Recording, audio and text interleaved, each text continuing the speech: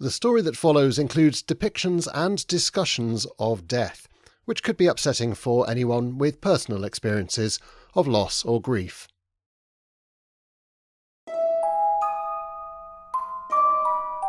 Neurotic Literature by James Lark. This story: The Call of the Void.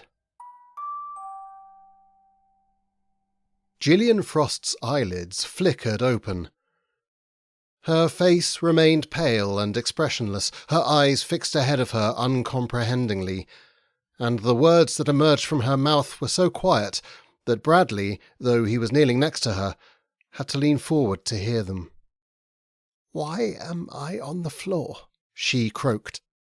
"You had a little fall, that's all." Bradley tried to hide his concern with an artificial brightness that sounded completely alien to his ears, not like his own voice at all. But his mother, too, had sounded quite unlike herself. He felt her body suddenly tense and her arms feebly knocked against the wooden floor as if trying to feel their way back into the world, to grip onto something. "Don't get up," he said. "Rest here for now." And she did, easing back into the softness of the coat that somebody had placed underneath her head. It wasn't like her to be so compliant, he thought, a knot in his stomach. Her lined face creased, and a little colour returned to her cheeks. She let her eyes close, and her mouth relaxed into a vague smile. "How strange," she said weakly. "I was having the most wonderful dream." Bradley strode outside again, too anxious to stay still. Samantha, her coat collar turned up against the cold, glanced at him with a disapproving frown. "They'll get here when they get here. Go and sit with your mother." "They could be hours," Bradley complained. "If the paramedics thought it was life-threatening, they'd be here already." "They'll get here when they get here," Samantha repeated. "You should go home," he said. "Get back for Jenny and Marcus." "Abby is with Jenny and Marcus," said Samantha. "She's happy to be there. She knows where everything is. She'll sleep in the spare room. I'm here for you. I don't need. Go and sit with your mother." Reluctantly, he shuffled back inside. Gillian was sitting upright now, propped against the wall while a handful of people tidied around her. She sipped from a plastic cup held by a ballet school mother whose face had fundraising committee written all over it. Gillian noticed Bradley, and he gave her an encouraging nod. The volunteer was chatting to her, asking her questions with a patronising smile. Bradley had to admit it was a better distraction from the strangeness of the situation than anything he had been able to offer. It was exactly the kind of incident that these self-appointed managers relish, wasn't it? And since it was clearly under control, thought Bradley, he might as well help tidy. In fact, any remnants of the evening's activity had all but disappeared, the last few decorations and empty wine glasses packed into boxes and on their way to the car park. Bradley busied himself anyway, straightening chairs, sweeping the room for any last forgotten details, though there were none. "You don't have to do that, Bradley," a nice young lady told him with a sympathetic smirk. But he did. Now that Gillian was awake and talking, he didn't much want to sit with her. Something about her frailty was freaking him out, perhaps because it was another reminder of mortality, of how little time anyone really had, so soon after Dad. Gillian had never been somebody who needed looking after. It was always the other way round. She was the rock, the protector, the carer. Fiercely independent, determined, resilient. Even when Dad's dementia had become impossible, she had been the one to make decisions. Gillian didn't do weakness. When Bradley, from halfway across the room, had seen her body slump to the floor like a sack of potatoes, another of life's certainties was removed. Like a mirage dissolving in front of him, a figure of fortitude had been exposed as mortal after all. He could never again look at her without the nagging knowledge that she was an old lady who, like everyone else, would wither and fade without dignity or reason. It wasn't a reality he wanted to confront in that crumpled person on the floor, and he was pretty sure she didn't want to be seen like this either, though she was talking perfectly cheerfully to the volunteer with the cup, so he might as well leave her to it. He looked around, lost for things to do, determined to be busy. What a difference a few decorations made. This miserable school hall was no place for anyone to be, not at this time of night. And of course they weren't supposed to be here. He had been looking forward to a nightcap, perhaps a little fire in the grate since the evenings were closing in, a cosy end to an evening out with his wife, children, and mother. But Jenny's show had long since faded into insignificance, a surreal, rose-tinted memory in the gloomy surroundings, with the prospect of a lengthy hospital trip and sleepless night ahead.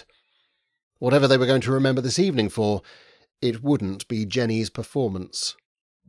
If only they hadn't stood talking for so long.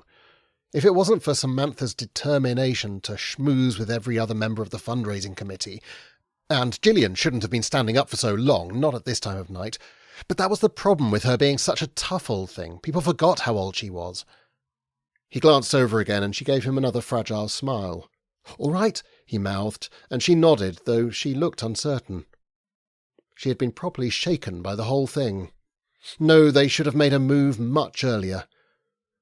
But you couldn't change what was done. They'd remember next time, assuming there was a next time. He shook himself. Of course there would be a next time. Just, please God, it was nothing serious. That was the last thing they needed, after everything else they'd been through.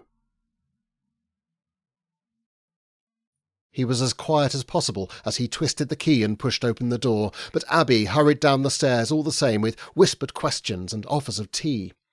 Bradley didn't think the children were likely to wake up this late, but ushered everyone into the kitchen. "I'm fine," Gillian insisted as forcefully as a hushed tone would allow. "Absolutely fine. 6 hours of waiting for a doctor to tell us how jealous he is of her low blood pressure," Bradley wryly commented. "It was interminable," complained Gillian.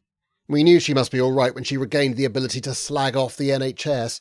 "Not the NHS," Gillian corrected him. "The government that has systematically starved the NHS." "Shh! Remember the children," said Samantha, and Gillian guiltily sipped her tea. "It was fine," she told Abby. "Honestly fine. They were quite efficient, really." "If they'd told us it would be 6 hours, we could at least have come back to pick up a book or something," Bradley said. "But everything is... you're all right," Abby persisted. "She's more than all right," Bradley said. "She'll outlive the rest of us if her vital signs are anything to go by." "Oh God, I hope not," muttered Gillian. Now that she was feeling herself, she was embarrassed about the fuss she had caused. "But I'm fine, apparently, which is just as well, given how long we had to wait for a diagnosis. As I explained repeatedly, if there had been a cause for concern, we wouldn't have—" But Samantha rested a hand on Bradley's shoulder, and he let it go. The doctor hadn't been entirely unconcerned, more mystified than anything else, but the encouraging thing was that there was no underlying condition. "I thought it was a stroke," Samantha whispered, as they finally fell into bed, the light already peeping through the gap in the curtains. "Or a heart attack, or when I saw the colour drain from her face." "Me too," admitted Bradley. He had been terrified, in fact, and the residual unease had not been entirely dulled by the tedium of the long night. The doctor's assessment had been reassuring, but not as much as a proper answer would have been. "Can you tell us why it happened? Could it happen again?" The doctor had shrugged, explaining that people faint for all kinds of reasons. There's nothing to suggest it'll happen again. "But if she's perfectly healthy, when it happened, had you been standing up for long?" "Not that long," answered Gillian, "but I was sitting down for some time before that. It was my granddaughter's ballet performance. Her first one with the juniors. Now she's 7, as she's been telling me for the last 3 months, so you see I had to be there." The doctor laughed politely. "But there was rather a lot of it." "Are you sleeping normally?" "Completely normally." "How many hours is normally, Mum?" Bradley said, annoyed because he knew the answer. "I don't sleep very well at the moment," she admitted, "but that's been going on for months." "I see. Any stress or worry? Any recent trauma?" "Nothing at all. Nothing out of the ordinary." "Mum!" Bradley faced the doctor, exasperated. "My father, her husband, died 4 months ago." The doctor nodded sympathetically. "Not unexpectedly," Gillian added. "After a long illness. If anything, I've been under much less stress since he passed. Not to sound overly dispassionate. I miss him, of course." "Of course," the doctor kindly agreed. "Everything you've said gives me any number of reasons why a faint would happen, and no reason at all to worry that a similar episode will occur. Though you ought to talk to your usual doctor about your sleep." Sleep was no problem for Gillian, as she settled back in the spare room that Abby had insisted on vacating for her.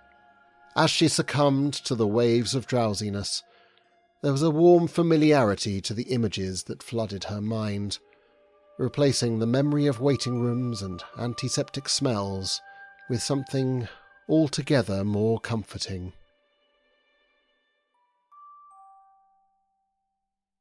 This time, the paramedics turned up within minutes. Gillian was in an ambulance by the time her eyes flickered open. "Fuckers!" Bradley had hissed, pacing up and down in the bedroom. "The absolute fuckers! We wait for 6 hours and what? They discharged her without even—" "Shh! The kids are upset enough as it is," Samantha urged. "They're not the only ones." He stroked her hand awkwardly as her eyes darted around in confusion, gradually registering the confined interior, the rocking of the vehicle, the wailing of the siren. What a thing to wake up in unexpected surroundings twice within 24 hours, to find oneself back in this sterile chaos after such a recent escape.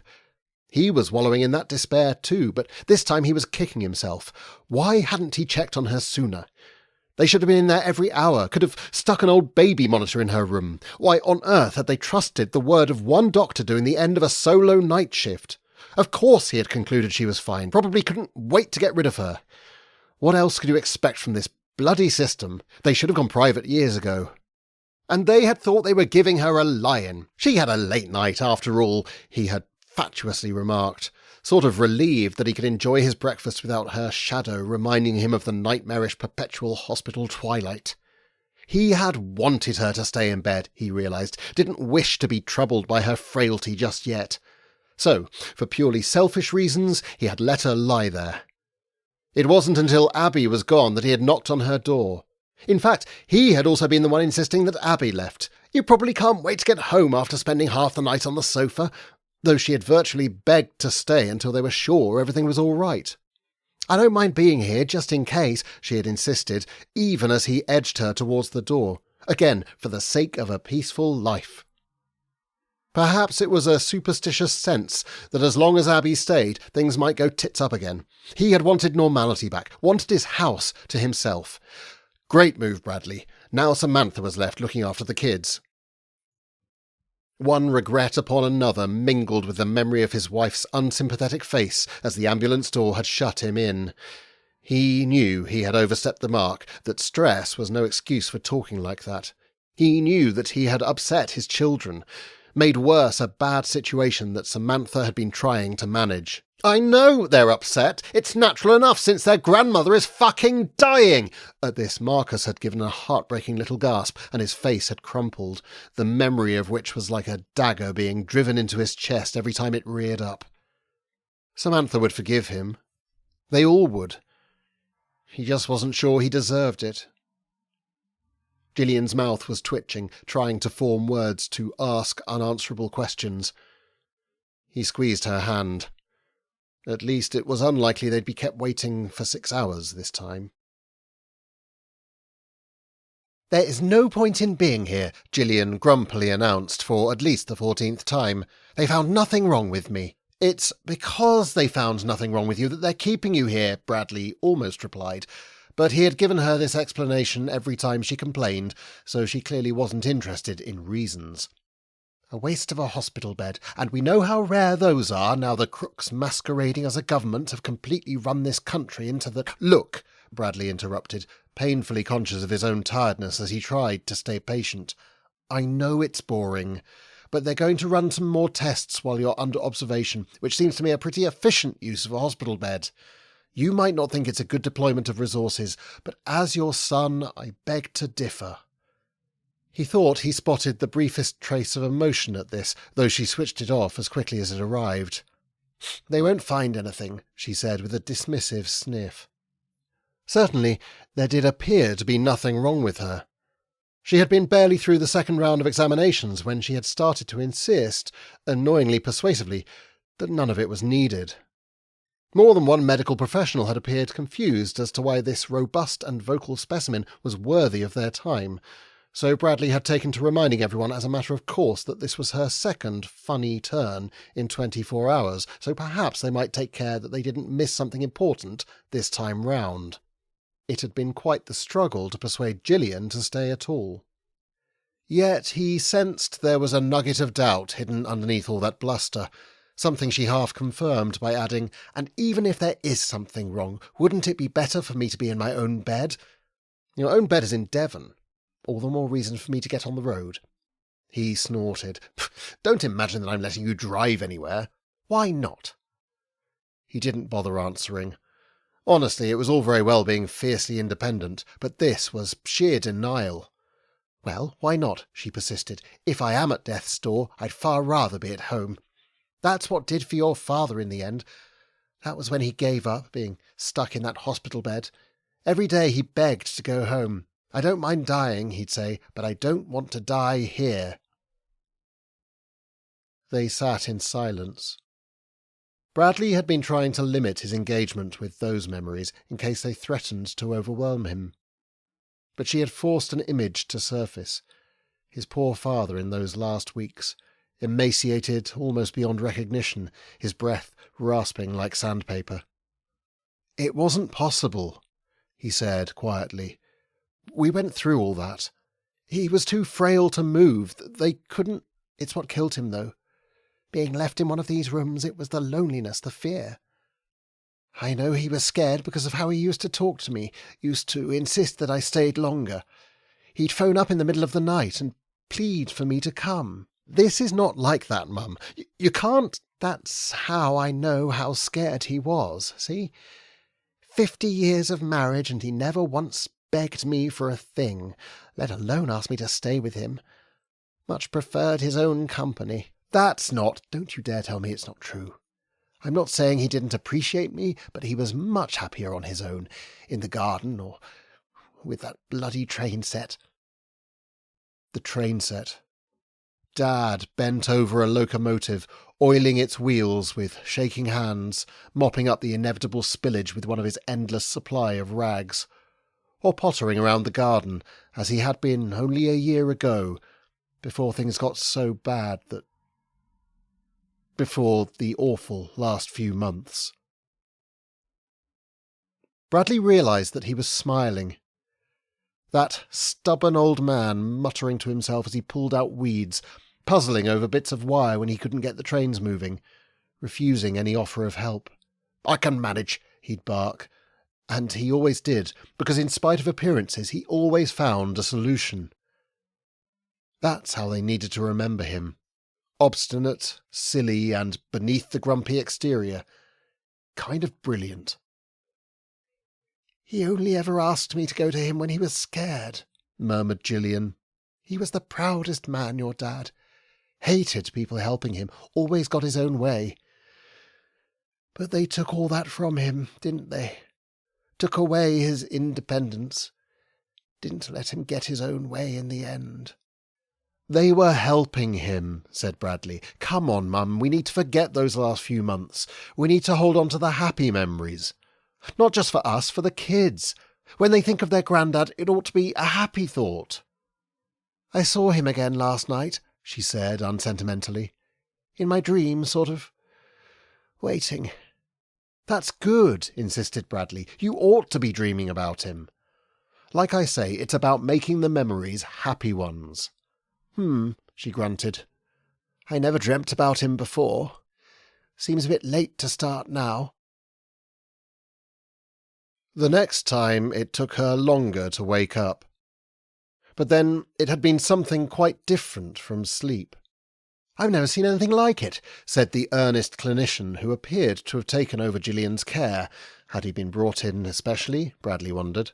There was a hint of enthusiasm in his engagement that suggested she had developed from a mere patient into more of a case study. She was fine, more than fine, really, until she had been sleeping for 15-20 minutes. Then everything just slowed down. 15-20 minutes, echoed Bradley. "She's under close observation, and you can't be more precise than that."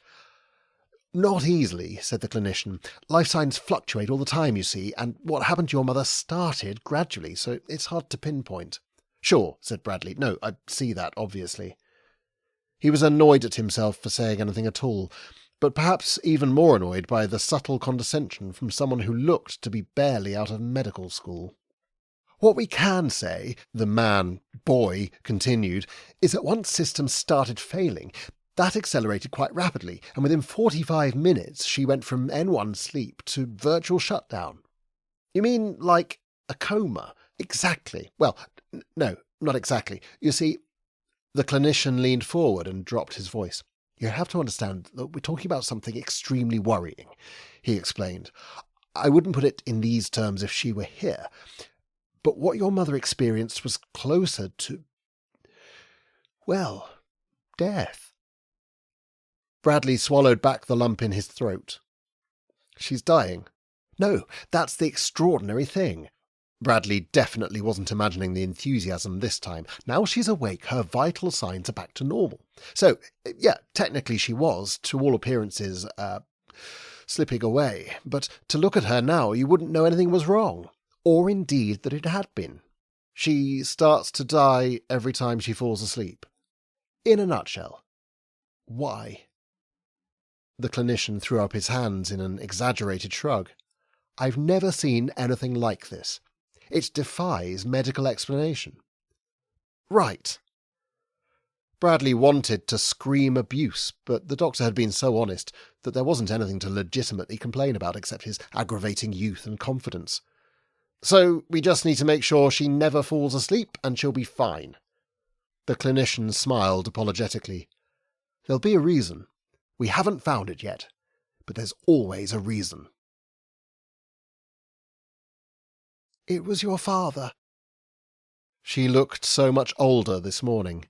Tellingly, she was no longer insisting that everything was all right. It was Edward. You dreamt about him again? Asked Samantha. She was sitting on the bed, showing all of the compassion that Bradley had continually failed to, which was all the more ironic since for a long time Gillian had made no secret that she didn't much care for Samantha. Probably they were too much alike ever to see eye to eye, but under these circumstances perhaps the two calm, driven women were drawn to each other. Or perhaps they were both doing a wonderful job of pretending. Either way, Bradley envied the apparent ease of their relationship. It wasn't a dream, Gillian said, with matter-of-fact certainty. He was closer this time. I could almost make out his face, and I knew he needed me. It was like he was calling me. I couldn't hear a voice, more a kind of a pull. He was getting closer, but it was me moving towards him. It's inevitable, given what happened, that you'll have some very intense... Bradley's mother cut off his halting bedside spiel. I know what it sounds like, she said, and I don't expect you to understand. There was another awkward silence. Neither Bradley nor Samantha had the first idea how to deal with this new version of Gillian, the one prepared to go gentle into that good night without the metaphorical kicking and screaming they would have anticipated. She looked up from her pillow with pleading eyes. Will you bring the children to say goodbye? Don't be silly, Bradley mumbled. You're not going anywhere. He recalled her defiant confidence of the day before. You're going to drive home, remember? She pursed her lips. I'm not being silly. Of course not, Samantha gently agreed. You've had a fright. Several frights. Gillian nodded. I am frightened, she whispered, and to his horror Bradley realized that there were tears welling up in her eyes. Don't cry, he silently pleaded. He's not going to let go, you know. Bradley exchanged a glance with his wife, whose eyes briefly darted towards his mother, as if to urge him to say something, anything. I miss him as well, Bradley croaked, his mouth dry. And if we could go to him... That's it. I wanted to, she said, her voice shaking. I was so happy to see him and so disappointed when I woke up because I thought—" The sentence hung there. A tear ran down Gillian's face, leaving a glistening trail on her papery cheek. Bradley wondered if he ought to wipe it away, but even the thought of that display of affection panicked him. "Perhaps it was a dream," Gillian admitted. "I was so certain that I wouldn't come back. Edward wanted me there with him. I could feel how badly he needed me." She closed her eyes, and Bradley felt a jolt of alarm as he realised that sleep might come upon her at any moment, the sleep that, for reasons as yet unknown, seemed to be killing her. "I wanted to go, you see," she said, her voice wobbling. "I wanted to be with him nearly as badly as he wanted me to stay. It was only after I woke up that I remembered all the things I'd be leaving behind." She opened her eyes, suddenly alert. "Bring the children, won't you?" "Maybe tomorrow," said Bradley. "Daddy?" "Hmm?" "If Granny is ill, why are we spending so much time talking about Grandad?" Bradley looked up from his book, which he wasn't reading anyway. Jenny was chewing the end of a yellow pencil, staring at him inscrutably. Sitting on the floor next to her, her little brother was leant over the coffee table with a purple crayon, fully engrossed in his colouring book. "I think that because Granny is not very well," he explained, "she is thinking about Grandad a lot. That happens sometimes when people are ill. They think of things that comfort them. Remember how you wanted me and Mummy to be there all the time when you had measles?" Jenny nodded. "So it's nice for us to talk about Grandad with her." Marcus continued to scribble, an intense frown on his face. "Anyway," added Bradley, "it's nice for us to talk about Grandad. We have sad memories about when he died, so it's important to remember him when he was alive." Jenny nodded again. "He read me stories." "Exactly," said Bradley, his heart full at the sight of her solemn face. "That's a happy memory, isn't it?" "He loved reading to you," said Samantha, coming into the room and squeezing herself next to Bradley on the sofa. "We have some nice photographs of Grandad reading you stories. Maybe we could get one printed for your bedroom." "He frightened me," Marcus declared. Samantha and Bradley looked at each other in surprise. Marcus continued scribbling, going over and over his purple scrawl. "I know it was frightening when he was poorly," began Bradley, "but—" "I don't mean then," Marcus said, not letting up with the intensity of his colouring. "I didn't mind him then. He was too tired to be frightening."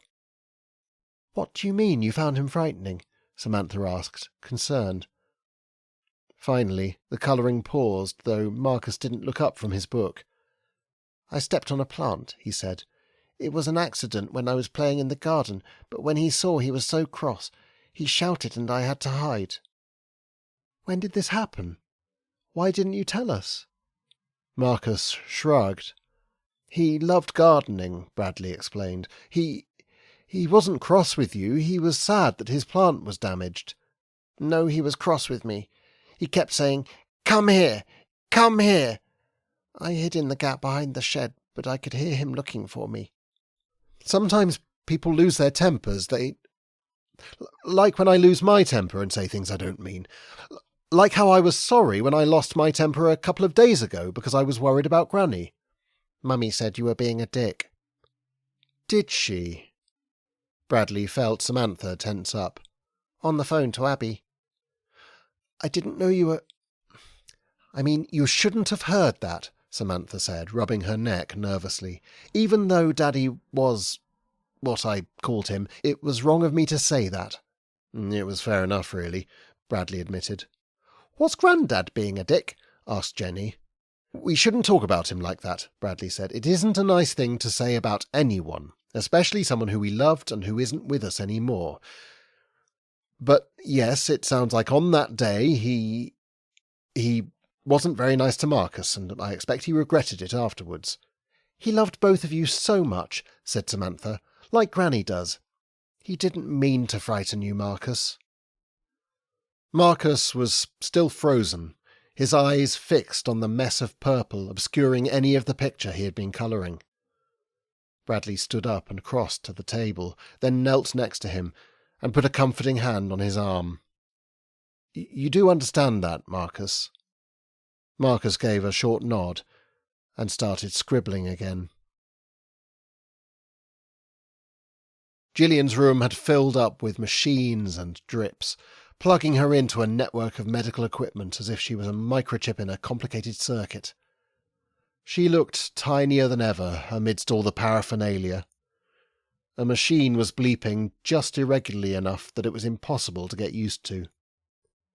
"They're trying to keep me alive," she rasped knowingly, "but they don't realise what it is pulling me away.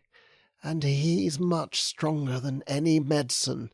"Why does it keep making that bloody noise?" Bradley irritably asked.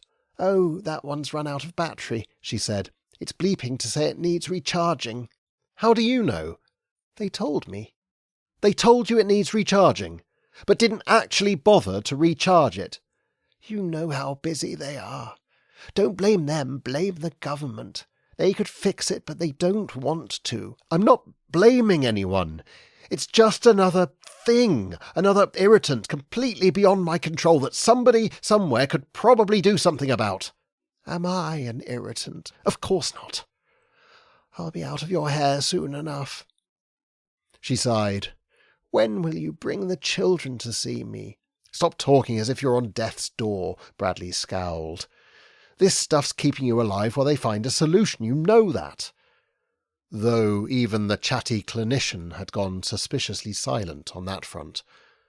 Bradley had started to feel that Gillian had been more or less forgotten, left bleeping away like the machine that needed recharging. She said something so softly that he couldn't make it out. "What?" "He was so close," she repeated. "I could almost see his face, almost touch him." She smiled faintly. "We'll be together soon." "Stop that!" Bradley snapped. "Your mind's addled with everything that's happened, that's all." He checked himself, breathed deeply, and spoke as gently as he could. "I'll bring the kids tomorrow. How about that?" "I don't know," she said, sighing heavily. "I can't keep saying no to him." "You have to stop this ridiculous fantasy about Dad." It took immense effort to keep the anger out of his voice, but he was getting better at that. "He wouldn't have put you through all this, would he?" "If he really wanted something," she said, "there's nothing he'd stop at." She shook her head wistfully. "Your father always got his own way."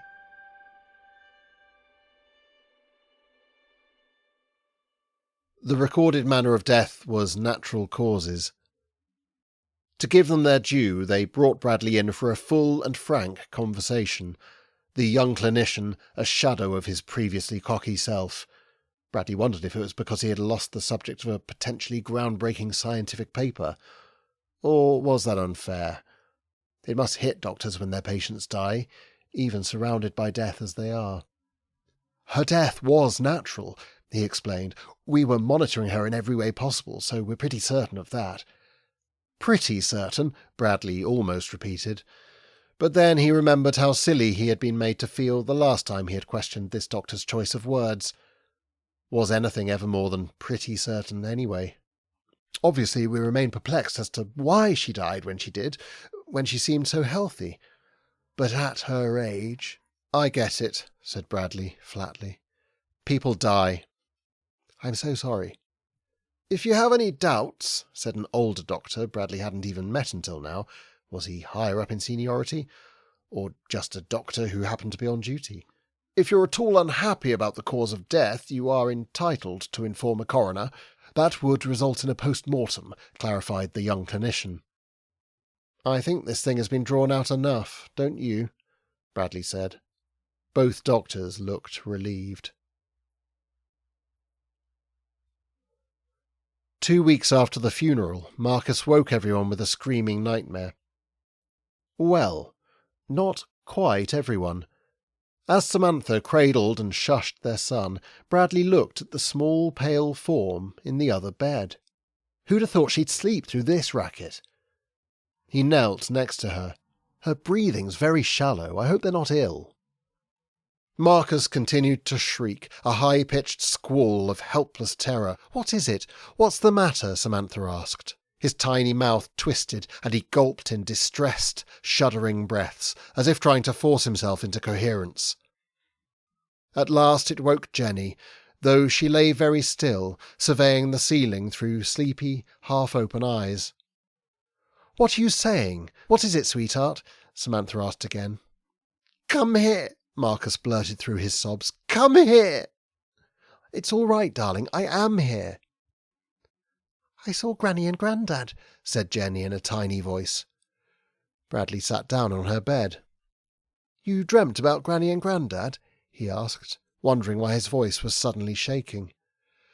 "We've been thinking about them a lot, haven't we?" Jenny nodded. "I expect that's why. Was it a nice dream?" "Sort of.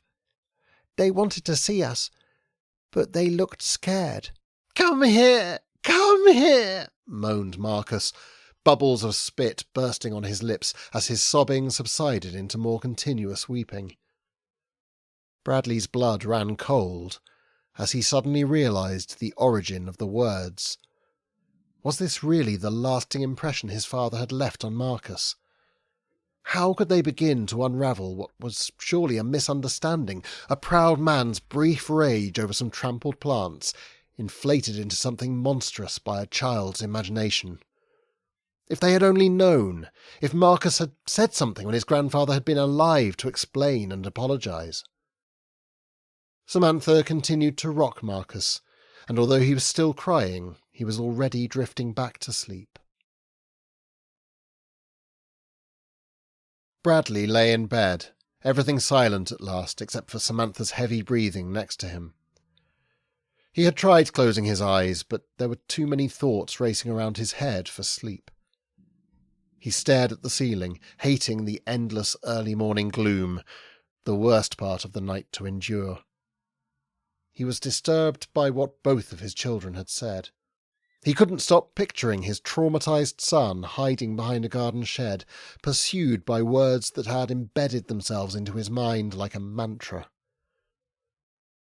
Jenny's statement was equally troubling. "They looked scared," she had said, in her characteristically straightforward way. What, given his scant belief in anything after death, could he say in response? What comfort was there in explaining that Granny and Grandad couldn't feel fear because they couldn't feel anything at all? Though, perhaps because of the unnerving darkness or the events of the last few weeks, he couldn't help doubting his confident agnosticism just a little. He thought back to Gillian's absolute conviction that her husband was calling her, to Jenny's dream. Who was to say they weren't closer to the truth? Then Jenny's words awakened an echo of something else, something Gillian had said only weeks ago.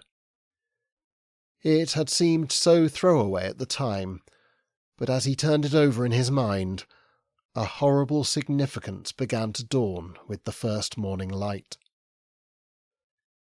Scared. That was the word Jenny had used.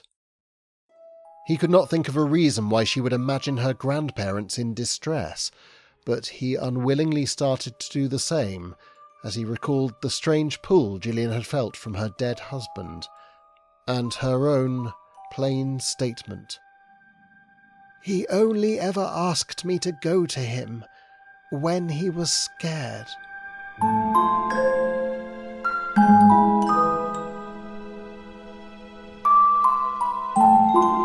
That was an episode of Neurotic Literature, written and performed by me, James Lark.